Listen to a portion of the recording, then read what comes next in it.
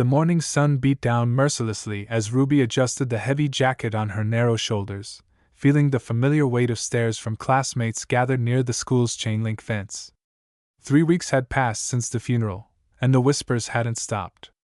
"Look, there goes Graveyard Girl," Madison Cooper called out. "Still wearing her dead grandpa's gross jacket."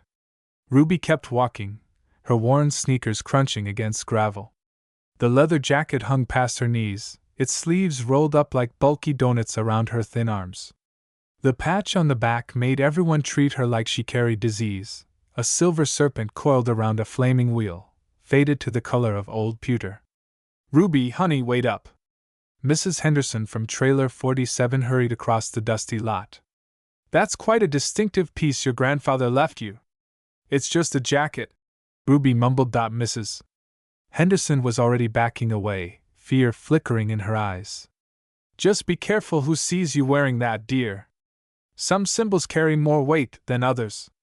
During lunch, Ruby sat alone while other kids clustered in their perfect groups. Through the windows, she could see the desert stretching endlessly toward the mountains.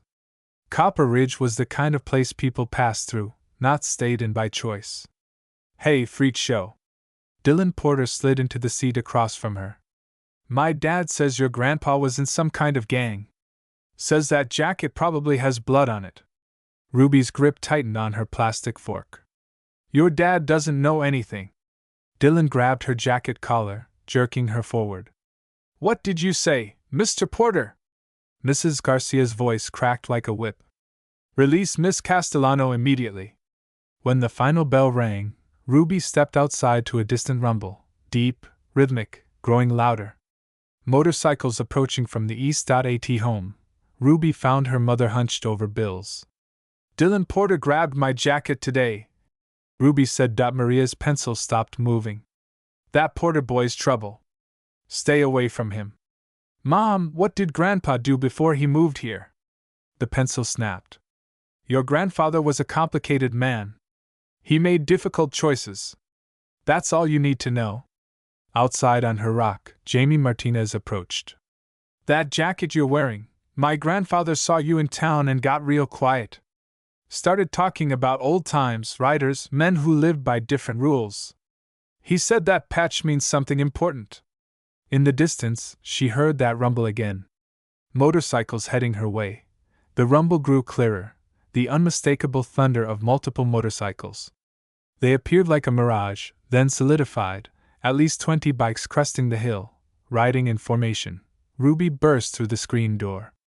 "Mom, there's a motorcycle club coming into town." Maria's face went white. "Take off the jacket. They can't see you wearing it. Then tell me what Grandpa really was." Outside, engines began shutting down. Ruby peered through the curtains. A tall, gray-haired man stood apart from the others, scanning the trailer park with deliberate intent. "They're here because of the jacket," Ruby said. "Because of me." The man settled onto their couch. "You're wondering why we're here. That patch you're carrying, it's identification. The Crimson Serpents are riding north from Phoenix. They're asking questions about Miguel Castellano's family. They said the dead died with him," Ruby's mother whispered. "They lied. Miguel cost them something precious 12 years ago. Your grandfather chose family over brotherhood, broke sacred oaths. So what happens now? You can run, or come with me tonight. Learn what that patch really means." Ruby grabbed her backpack, dumping out schoolbooks that suddenly seemed like relics from another life. Outside, the man led her to a massive bike. The bike lurched forward, and Ruby's world exploded into sensation. They rode for hours, leaving Copper Ridge behind. The road ended at an abandoned mining camp that wasn't abandoned at all. "Welcome to the Boneyard," he said. "Last refuge of the Ghost Riders." An older woman emerged, gray hair braided with leather. "I'm Catherine, but everyone calls me Bones. I was your grandfather's president. Your grandfather was Ghost Rider royalty. That patch is his lieutenant's colors.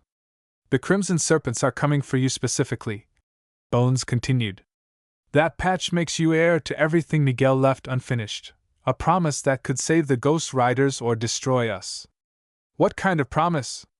Marcus materialized beside her. The kind that requires blood to fulfill. Your grandfather swore an oath that his bloodline would either unite the desert tribes or pay the price for his betrayal with their lives. A scarred woman showed Ruby the genealogies. Here. Miguel Castellano. One granddaughter, Ruby. Tomorrow night, when the serpents arrive, you either claim your inheritance formally or renounce it forever, Marcus said. What does claiming it mean? It means you become what your grandfather was, a war chief with authority to speak for every Ghost Rider. It means the power to end conflicts that have bled these deserts for 20 years. What if I'm not strong enough? Then you'll die trying, Bones said.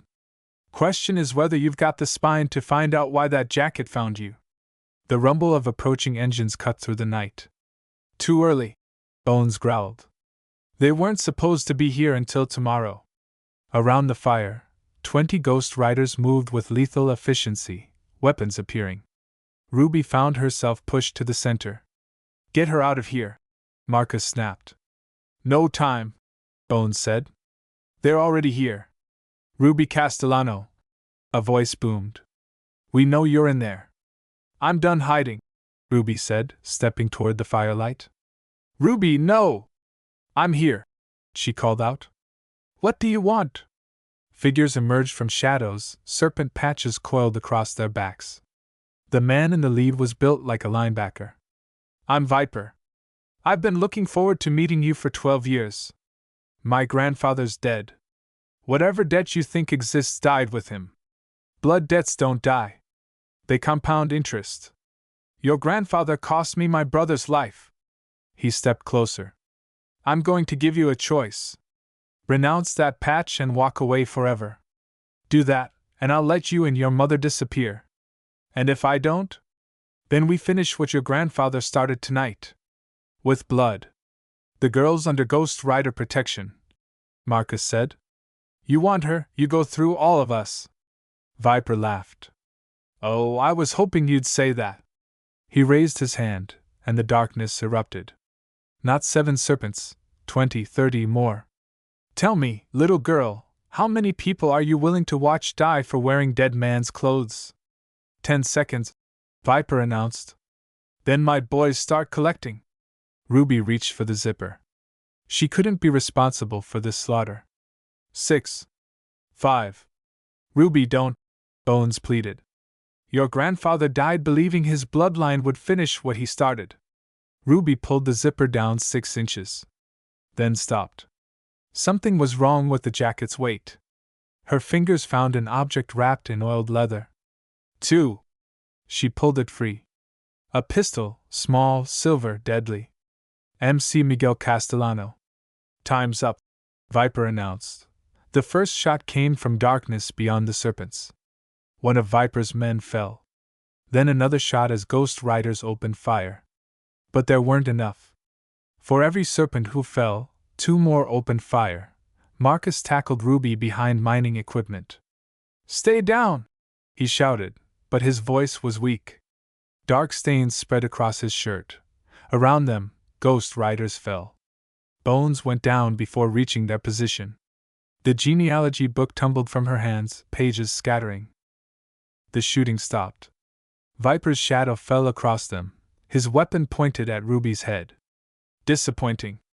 I expected more fight from Miguel's granddaughter. Ruby's eyes found a photograph in the scattered pages, a group of riders beside their motorcycles. In the center, Miguel Castellano was smiling, his arm around a woman, while behind them Ghost Riders and serpents stood together. On the back, Desert Peace Summit, 1974. You're lying, Ruby said. Viper paused. What? My grandfather didn't betray anyone. He was trying to make peace.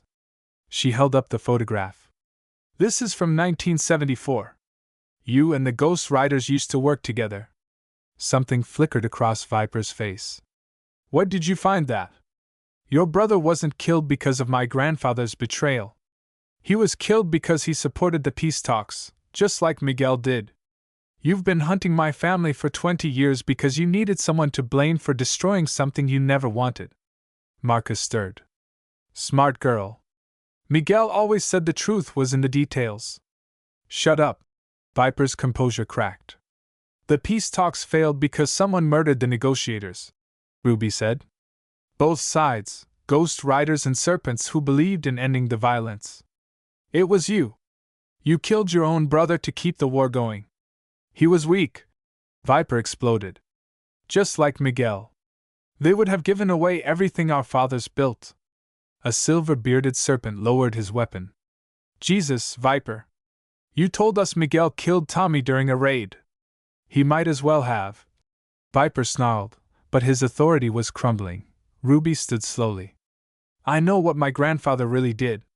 He tried to save both peoples from men like you.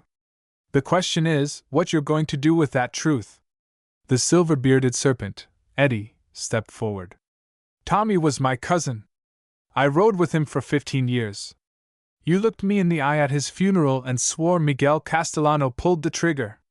Eddie picked up another photograph showing Tommy and Miguel sharing a beer. Then explained this. So what if I did? Viper's voice dropped. Tommy was weak. Miguel was weak. Ruby saw the murder in Viper's eyes and acted without thinking. Her hand found her grandfather's pistol. She'd never fired a gun, but desperation proved sufficient. The gunshot cracked. Viper spun sideways, Ruby's bullet catching his shoulder. He went down hard. The kid actually shot him. Someone breathed. Eddie walked over and kicked Viper's weapon away. Somebody get me rope.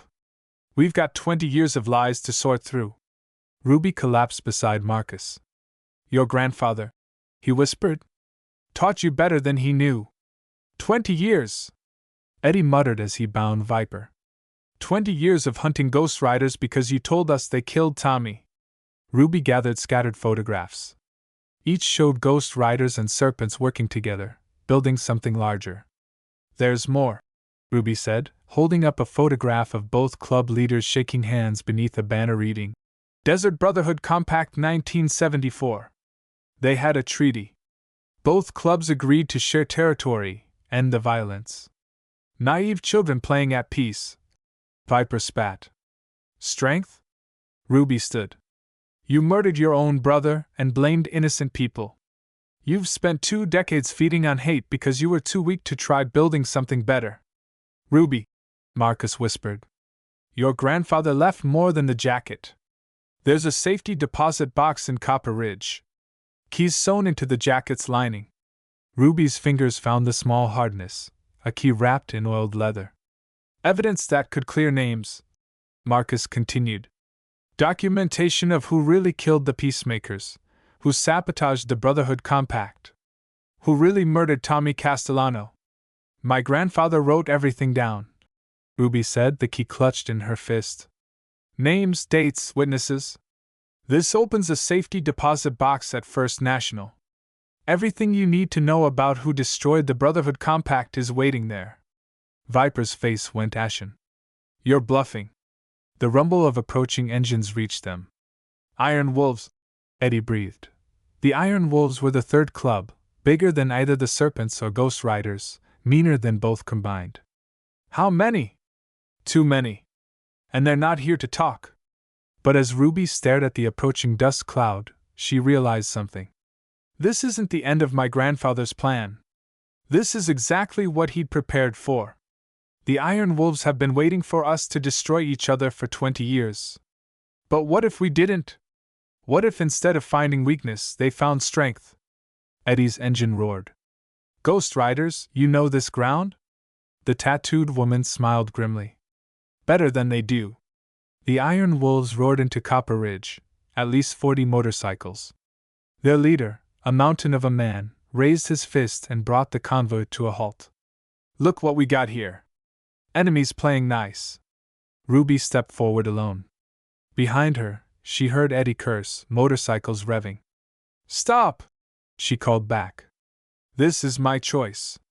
The Iron Wolves' leader dismounted. When his eyes fixed on the patch between her shoulder blades, something shifted. That's interesting ink you're wearing, little girl. You know what it means? That patch belonged to Miguel Castellano. You're what, 12? What makes you think you can wear a dead man's authority? Because he chose me to finish what he started. Because someone has to pay the price for peace. And what price would that be? Ruby pulled out her grandfather's pistol. 20 years ago, you made a deal with someone in the Serpents. Information about Ghost Rider movements in exchange for territory. That someone was Viper Martinez, paid for with the blood of peacemakers. The desert went silent. The deal's over. But I'm offering you something better. She raised the pistol. I'm offering you the chance to be part of something bigger than territory wars and blood debts. Something my grandfather died believing in. The question is whether you're strong enough to accept it. The silence stretched. Ruby knew she was going to die. The Iron Wolves leader studied her. Then slowly, impossibly, he began to smile. Miguel Castellano's granddaughter. Crazy runs in the family. He gestured to his men. Ruby closed her eyes. Instead of gunfire, she heard engines shutting down. The Iron Wolves were dismounting. The price for peace isn't your death, little girl. It's your life. The question is whether you're brave enough to live with what comes next. Ruby lowered the pistol. 20 years I've been waiting for someone to call in that debt, he said. Your grandfather saved my brother's life in '67. Pulled him out of a burning truck. Miguel told me someday his kin would come collecting. Didn't expect it to be a little girl with more balls than sense. What does that mean? The giant's smile held no warmth, but wasn't hostile. Means the Iron Wolves honor our debts. Your grandfather's granddaughter wants peace? Fine. But peace ain't free. Marcus managed to stand. The Brotherhood Compact wasn't about forgetting the past. It was about choosing the future. Viper let out a bitter laugh. You still don't have proof. That bank is empty. Without documentation, what? An elderly voice came from behind, a small Asian man emerging from the hardware store. Harold Chen. Former bank manager, current keeper of Inconvenient Truths. The safety deposit boxes were transferred to my personal custody when the bank closed, Chen said. Including box 247, registered to Miguel Castellano. Been waiting 12 years for someone to come with the key. The documentation is real, Chen continued. Financial records, meeting transcripts, photographs, everything Miguel gathered to prove what really happened. Including recordings of certain phone conversations with Iron Wolves leadership. Bear crossed his arms. Those conversations are going to cause problems for some of my boys. Good, Eddie said. Problems need causing. Mr. Chen, Ruby said. When we open that box, everyone sees what's inside. No secrets. Chen nodded. That's what Miguel wanted. Called it the final accounting. Bear looked around. Truth's got a way of cutting everyone who touches it. You sure you want to bleed, little girl? Ruby thought of her grandfather alone with fading hope. She thought of all the funerals, all the children who grew up without fathers because peace seemed impossible. I'm sure, she said. The safety deposit box contents spilled across Harold Chen's workbench. Photographs, documents, cassette tapes, 30 years of Miguel Castellano's documentation. Jesus Christ, Bear whispered, holding up a photograph of himself shaking hands with Viper. Miguel was there. Watching. Recording. Eddie picked up a cassette tape. Static cleared to reveal Viper's voice arranging the ambush that would shatter the Brotherhood Compact forever. How long have you known? The Ghost Rider woman asked Viper. I was protecting my club. The Ghost Riders were getting too powerful. You sold out the peace for territory. Marcus interrupted. How many of our brothers died because of your deal? Bear straightened. How many of mine? Ruby watched rage building. Stop. This is exactly what he was afraid of. My grandfather didn't gather this evidence for revenge. He gathered it for choice. Eddie looked at her. What kind of choice? We can use this evidence to punish everyone who contributed to the war. Track down every collaborator, settle every blood debt. That's one choice. She picked up her grandfather's final letter. Or we can use it to build something better, to prove that peace isn't weakness. It's the hardest thing any of us can choose. Bear studied her. And what happens to the guilty? He lives with what he's done every day, but gets the chance to help fix it. She looked at Viper. The question is whether he's strong enough to try. The silence felt different, the silence of people thinking, weighing futures they'd never dared consider. Marcus spoke first. The Brotherhood Compact isn't dead if we don't let it die. Sarah Martinez nodded.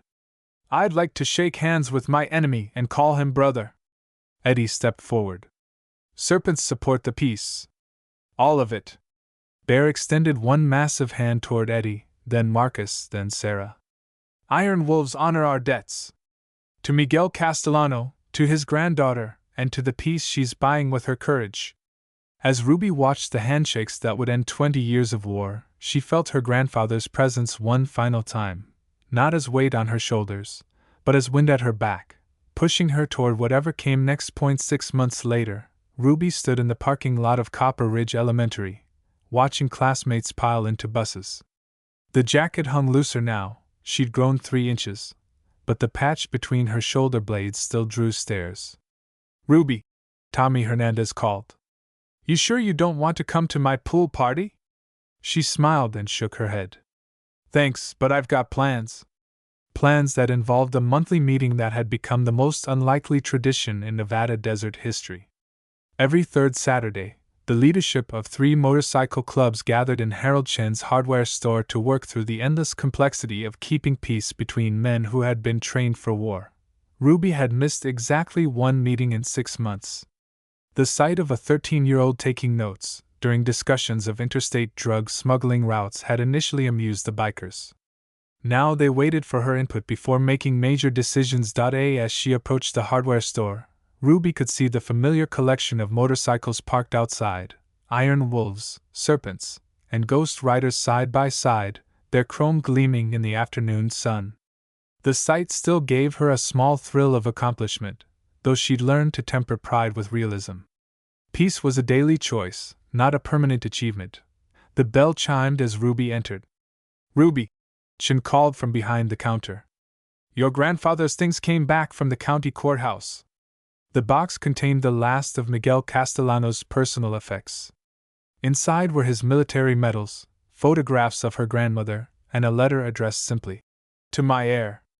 Ruby didn't need to read it again to know what it said. True strength comes not from the symbols we inherit, but from the courage we choose to claim. As the meeting began around her, Ruby Castellano, inheritor of jackets and keeper of peace, finally understood what home meant.